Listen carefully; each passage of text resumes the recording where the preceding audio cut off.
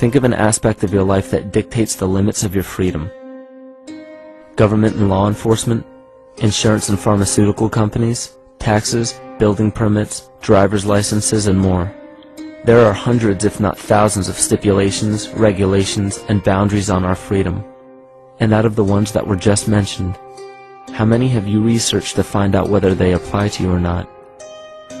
Let's look at the forms of law that we currently acquiesce to.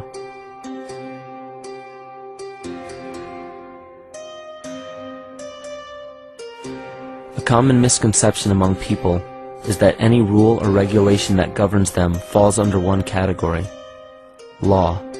But there are many other forms of law that people abide by without realizing that they simply do not apply to them. Another misconception is that a nation's constitution gives us our rights. A constitution does nothing more than list the rights that we already have. We are born with inalienable rights, endowed to us by our Creator. They are not given to us, and they cannot be given away. The most a person can do with a right is choose whether to exercise it or not. Maritime admiralty law is what's known as the law of the water. It is superseded by civil law and only applies to those who willingly contract themselves into it. The definition of admiralty law is a body of private international law governing the relationships between private entities which operate vessels on the oceans. Let's look at how and why a form of law that is fashioned to govern corporations, businesses, and vessels has imposed its rule over natural human beings. This is all done through a form of word magic. A simple perversion of language has made it possible to convince people around the world that these alternative laws apply to them. One of the predominant beliefs in modern culture is that licenses, permits, registrations, and other forms of documentation are required to operate motor vehicles, use public roads, build structures and establishments, engage in free enterprise, and much more. Sadly, these beliefs are based on little to no investigation whatsoever, and are false. This belief structure is perpetuated by maritime admiralty law. This form of law was originally created to govern ships docking in foreign nations for the import or export of products and resources. It deals with banking and merchant affairs, not civil affairs. When a product is taken off of a ship and brought into a foreign land, that nation takes custody of the resource and accounts for it with a certificate. That certificate marks the birth date of that product in the custody of the respective nation. Think of why it is supposedly required to have a certificate of live birth in the first place. The Barron's Dictionary of Banking Terms defines a certificate as a paper establishing an ownership claim. So right there, we notice that everyone with a birth certificate is defined as being owned. People are used as collateral with other nations because the U.S. is bankrupt. The United States declared bankruptcy on March 9th of 1933. At this point, the U.S. began taking out loans from a private, non-government affiliated corporation called the Federal Reserve. With no money to pay back the loans, the United States began using the citizens as collateral. All birth and marriage certificates are literally warehouse receipts. Just look at the similarities of warehouse receipts and birth certificates. Both document the date of issue, a serial number, registration number or receipt number, a description of the product, and an authorized informant to notify the appropriate government agency. With all of this information being readily available, the majority of people are unaware of their involvement with maritime admiralty law. This is possible through the manipulation of language. This admiralty law changed the meaning of the word person from a natural living person to a corporation. Driver's licenses, vehicle registrations, auto insurance forms, building permits, gun permits, work permits, tax filing documents, birth and death certificates, traffic citations, and many other forms of documentation that were once believed to be absolutely necessary only applied to persons or corporations. Upon signing such a legal document, You are indirectly waiving your rights under the Constitution and lowering your status to that of a corporation that is created with the same exact name as you.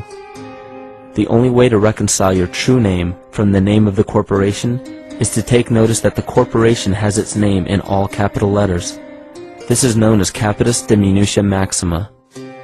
You may take notice that your driver's license, birth certificate, social security card, insurance cards, and more use all capital letters to legally represent the corporation with your name, not you.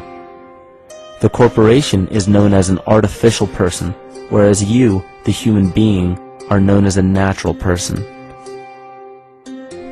This deception goes even deeper when it comes to the courts that we attend.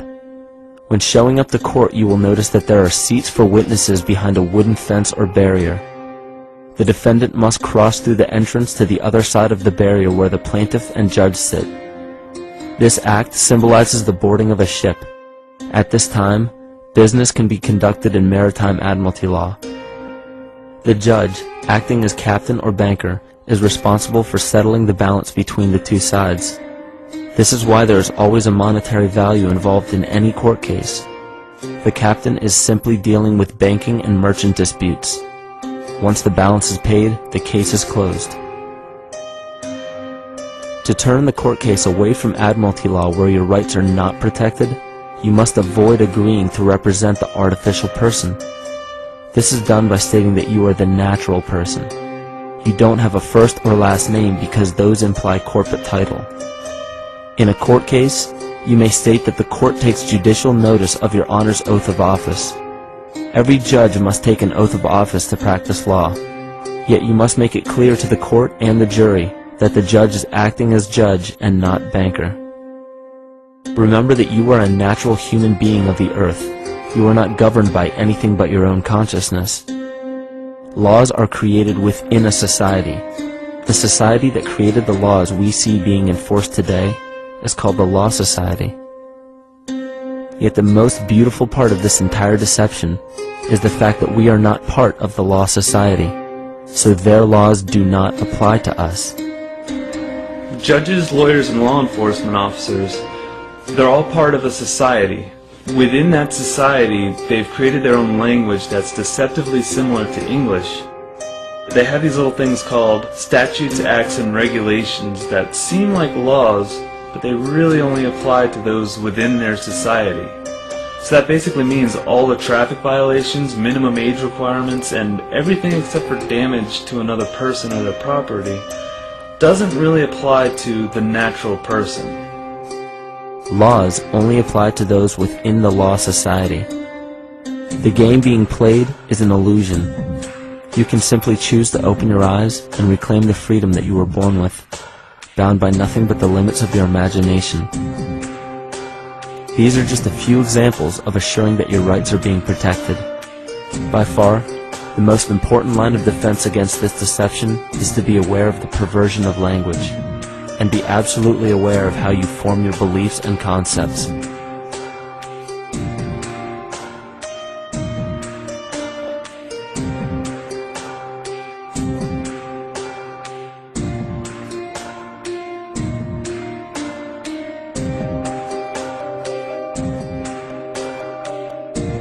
In all forms of the perversion of language, there is a mirror reflection of this in the microcosm of the psyche.